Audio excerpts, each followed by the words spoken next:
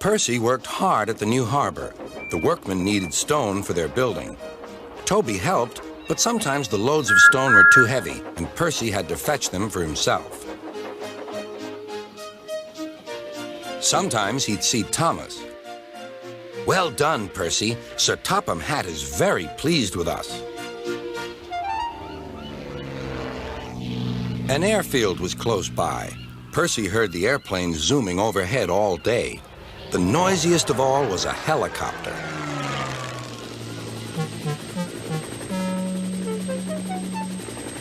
"Silly thing," said Percy. "Why can't it go and buzz somewhere else?" One day, Percy stopped at the airfield. "Hello," said Percy. "Who are you?" "I'm Harold." "Who are you?" "I'm Percy. What whirly great arms you've got." "They're nice arms," said Harold. "I can hover like a bird. Don't you wish you could hover?" "Certainly not. I like my rails, thank you." "I think railways are slow," said Harold. "They're not much use and quite out of date." He whirled his arms and buzzed away.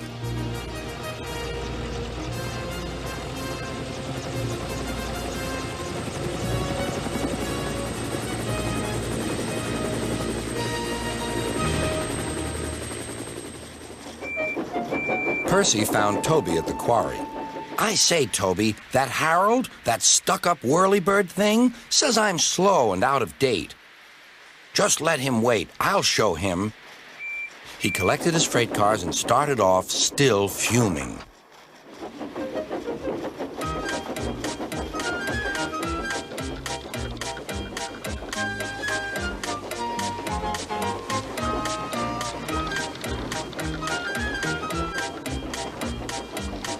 Soon they heard a familiar buzzing. "Percy," whispered his driver. "There's Harold. He's not far ahead. Let's race him." "Yes, let's," said Percy. Percy pounded along. The cars screamed and swayed. "Well, I'll be a ding-dong-dang," said the driver. There was Harold. The race was on. "Go it, Percy," he yelled. "You're gaining." Percy had never been allowed to run fast before. He was having the time of his life. "Hurry, hurry, hurry," he panted to the cars. "We don't want to, we don't want to," they grumbled. It was no use. Percy was bucketing along with flying wheels, and Harold was high and alongside.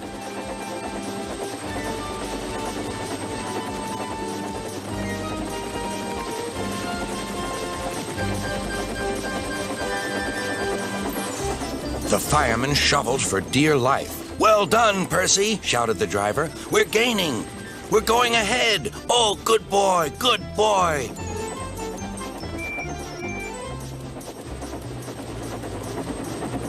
A distant signal warned them that the harbor wharf was near. "Beep, beep, beep.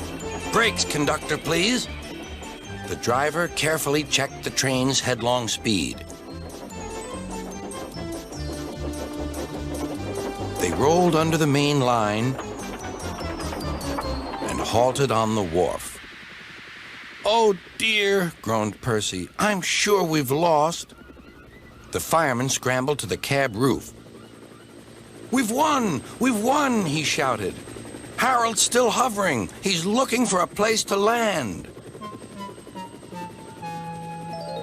"Listen, boys," the fireman called. "Here's a song for Percy."